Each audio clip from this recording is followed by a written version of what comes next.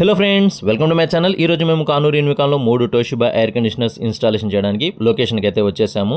ఈ అపార్ట్మెంట్లో concealed copper pipe line అనేది ముందుగానే లాగి రెడీగా ఉంచారు. సో వాటిని మ్యాచ్ చేసుకుంటూ మనం యూనిట్ని అయితే ఇన్స్టాలేషన్ చేయాల్సి ఉంటుంది.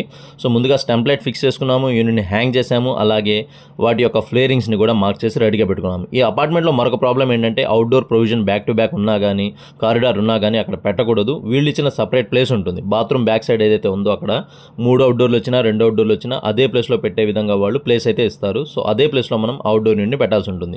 ఇక్కడ మనం 8th ఫ్లోర్లో వర్క్ చేస్తున్నాము. అలాగే కన్సీల్డ్ కాపర్ పైప్ లైన్ అనేది బయటికి ఒక 1 feet or 2 feet మాత్రమే వదులుతారు. సో దాన్ని మనం ఎక్స్ట్రా కాపర్ పైప్ అనేది వెల్డింగ్ చేసుకొని యూనిట్ని అయితే ఫిక్స్ చేయాల్సి ఉంటుంది. ఇక్కడ డ్రైన్ ప్రొవిజన్ కూడా మెయిన్ కీ రోల్ పోషిస్తుంది. ఎందుకంటే అపార్ట్మెంట్లో డ్రైన్ ప్రొవిజన్ కనుక బ్లాక్ అయిందనుకోండి, వాటర్ అనేది లోపలికి కారుతుంది.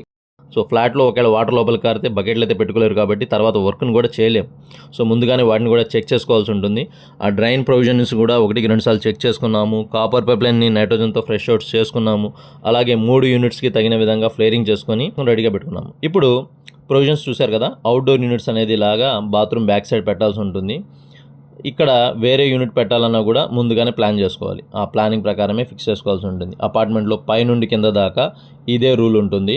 ఎక్కడ పడితే అక్కడ అవుట్డోర్ పెట్టకూడదు. ఈ విధంగా 3 అవుట్డోర్లు ఉన్నా కూడా అదే ప్లేస్లో పెట్టాల్సి ఉంటుంది. అవుట్ సైడ్ ఎక్కడ లుక్ అనేది పాడవకూడదు అపార్ట్మెంట్ది. సో ఈ ప్రొవిజన్లోనే మేము ఫిక్స్ చేసాము. వ్యాక్యూమ్ కూడా చేసుకొని యూనిట్స్ని అయితే ఫైనల్ వర్క్స్ ఏదైతే లీక్ టెస్టింగ్ ఉంటుందో, పవర్ కేబుల్ కనెక్షన్ ఉంటుందో అవన్నీ సెట్ చేసుకుంటూ యూనిట్స్ని అయితే ఫినిషింగ్ వర్క్ దగ్గరికి వచ్చేసామన్నమాట. ఇక్కడ సీలింగ్ గ్యాప్ కూడా మెయిన్ చూసుకోవాలి. ఎందుకంటే చాలామంది ముందుగానే ఏసీలు కొంటారు, కానీ తర్వాత సీలింగ్ డిజైన్ కనుక మార్చారనుకోండి, పైన ఫ్రెష్ ఎయిర్ రాకపోతే ఎయిర్ అనేది నాయిస్ చేస్తూ వస్తూ ఉంటుంది. ఫ్రెష్ ఎయిర్ రాదు, కూలింగ్ ఎఫిషియన్సీ కూడా ఉండదు. సీలింగ్ అనేది ముందుగా మెయిన్ గ్యాప్ ఎంత కావాలి, ఏసీ ఎంత సైజు ఉంటుంది, ఇవన్నీ ముందుగానే ప్లాన్ చేసుకుంటే బెటర్. వీడియో నచ్చితే లైక్ చేయండి, కామెంట్ చేయండి. అలాగే మన ఛానల్కి కొత్తగా వస్తే సబ్స్క్రైబ్ చేసుకోండి. మరిన్ని వీడియోస్ కోసం బెల్ ఐకాన్ని ప్రెస్ చేసి ఉంచండి. Thanks for watching. Stay tune for more videos. మరొక వీడియోలో మళ్ళీ కలుద్దాం.